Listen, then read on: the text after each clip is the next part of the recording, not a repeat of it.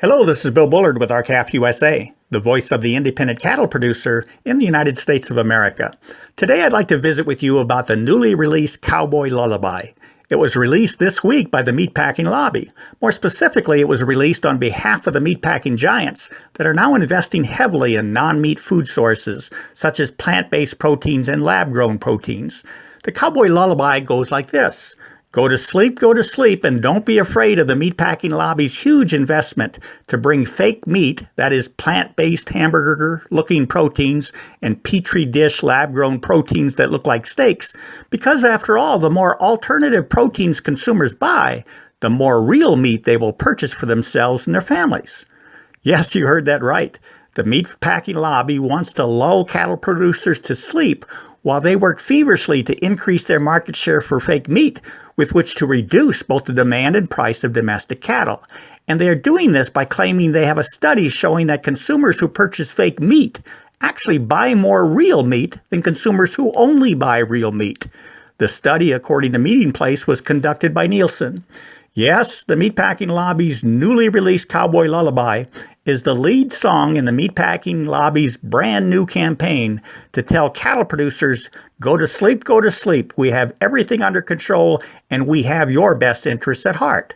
And this lullaby will soon be available in a store near you.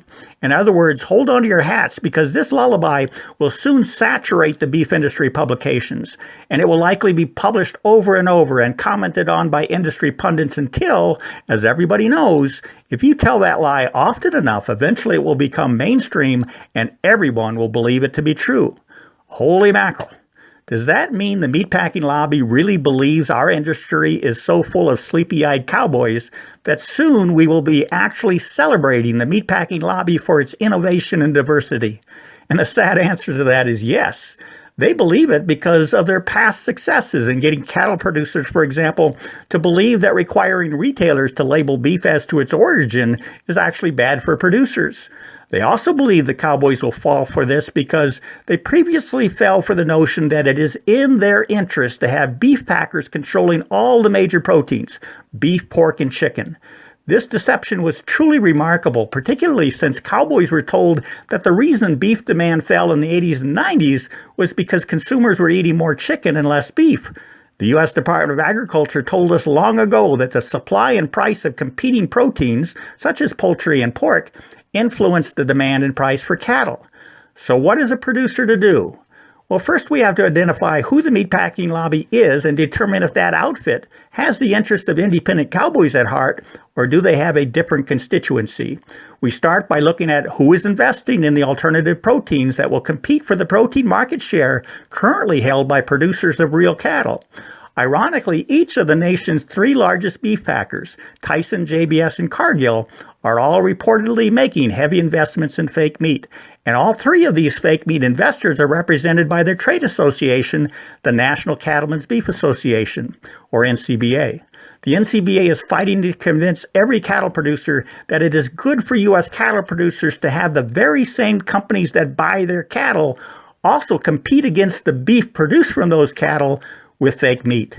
And that is absolute hogwash. The problem for the cattle industry is not that fake meat is being introduced in the marketplace. The problem is that the companies controlling our marketplace are now creating substitute products to compete against their own production, which leaves the cattle producer at the complete mercy of the packers because there's no way the packers will side with cattle producers to compete against their own substitute proteins. So why are cattle producers not irritated with the meatpacking lobby's efforts to take away their market share? Producers should not be railing against the advent of fake meat. No, they should be railing against the organizations that are helping the meat packers promote fake meat at the cattle producers' expense.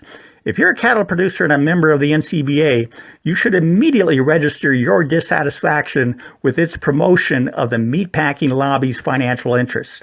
If you're a consumer, it's our hope that first, you would want to continue purchasing wholesome, naturally produced meat from American farmers and ranchers, and second, that you carefully read and understand the entire list of ingredients and additives that go into these alternative protein products before you buy any of them. With that, we're out of time. We hope you have a productive week. Thank you and goodbye.